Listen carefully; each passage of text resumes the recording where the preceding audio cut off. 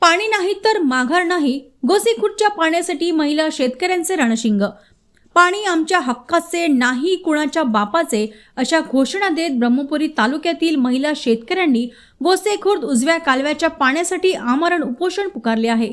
गेल्या 30-35 वर्षांपासून प्रलंबित असलेला पाण्याचा प्रश्न आता पेटला असून सायगाटे येथील कार्यकारी अभियंता कार्यालयासमोर महिलांनी आरपारची लढाई सुरू केली आहे.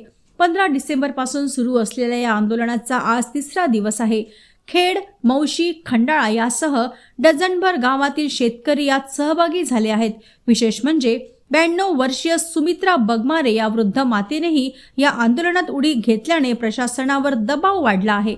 उपोषणकर्त्या दीक्षा भजनकर आणि सीताबाई नागोसे यांची प्रकृती खालावली असतानाही त्यांनी उपचार घेऊन पुन्हा आंदोलनात सहभाग नोंदवत आपला निर्धार कायम ठेवला आहे. 18 डिसेंबर रोजी नागपूरचे अधीक्षक अभियंता पाटील आंदोलनस्थळी आले असता आंदोलकांनी त्यांना चांगलेच धारेवर धरले.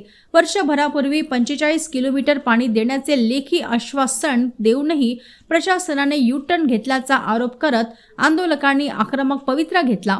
परिस्थिती इतकी तणावपूर्ण होती की जोपर्यंत ठोस निर्णय होत नाही तोपर्यंत अधिकाऱ्यांना जाऊ न देण्याचा पवित्रा महिलांनी घेतला. आमदारांच्या मध्यस्थीनंतर पेच सुटला, पण आंदोलन सुरूच. अखेर आमदार भांगडिया यांनी दूरध्वनीवरून 20 डिसेंबरला प्रत्यक्ष भेट देऊन पाणी सोडण्याबाबत ठोस निर्णय घेण्याचे आश्वासन दिले. या आश्वासनानंतर अधिकाऱ्यांना सोडण्यात आले असले तरी जोपर्यंत प्रत्यक्ष पाणी सुटत नाही तोपर्यंत उपोषण मागे घेणार नाही, असा ठाम इशारा आंदोलक विनोद झोडगे आणि महिला संघर्ष समितीने दिला आहे.